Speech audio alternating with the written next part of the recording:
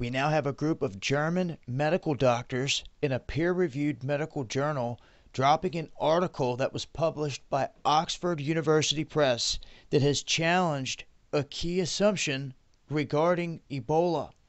And it is asserted directly at this man, Dr. Thomas Frieden, the man who we have all witnessed switch up a story time and time again over the past few weeks. They have went out of the way to try to scrub information. It's happened to me personally. They have changed their story, their criteria, the modes of transmission, all of it, back and forth. And now that the cat's out of the bag about how this thing can spread and how more people are starting to get this, like the woman in Spain, the NBC cameraman that never had direct contact, he had some explaining to do. So now they're trying to state that,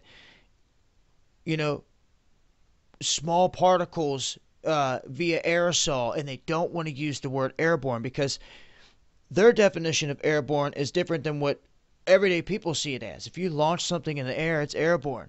If somebody sneezes and there's disease in the air coming your way, it's airborne. No doubt about it. But their definition of airborne is like if you walk in a room and you take one breath, it's going to kill you. You see what I'm saying? So there's a difference here, but it still can be launched into the air is the critical thing. And we've proven that. All these different people are coming out stating this. And what they're trying to press the envelope and state is this, is, all right, we now know that this can travel via aerosol particles, but they believe that you do not have to be showing symptoms to spread this. They're stating all a person that is carrying Ebola has to do is cough, sneeze, or anything directly on someone else, and they can transmit it to them. And they don't even have to be ill at the moment or have a fever, anything like that. They can launch those particles into the air by sneezing or coughing, and if someone walks through that trail or inhales it, that's all it's going to take. And they're stating, you keep trying to tell everyone you have to be showing symptoms, you have to have a fever, this and that. That's not the case, is what they're arguing, and they have a valid point. This thing can also mutate as it moves from person to person, DNA structure to DNA structure. So as time passes, this thing is going to change inevitably. It's going to happen.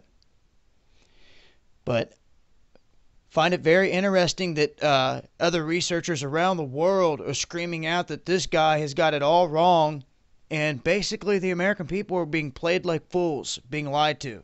Look at all of the other researchers, even the American ones. I put out a piece on how the two doctors from the University of Illinois challenged this man, and they said the same thing. This can travel through the air, coughing and sneezing.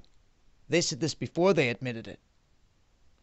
So you see, everything that's being said by all of these other people in this peer review circle here is going to come out in the wash. So just know this much, guys. They can say it's not airborne all they want, but if you're around anywhere that's known to have Ebola, just know, like anything else, if someone's coughing, sneezing, just know what they've got is deadly, and you don't want to be in the same room, same car, bus, anything around it. Problem is, like these guys are stating, if people are not showing symptoms, that's when it can get tricky. It's been Dabu 7.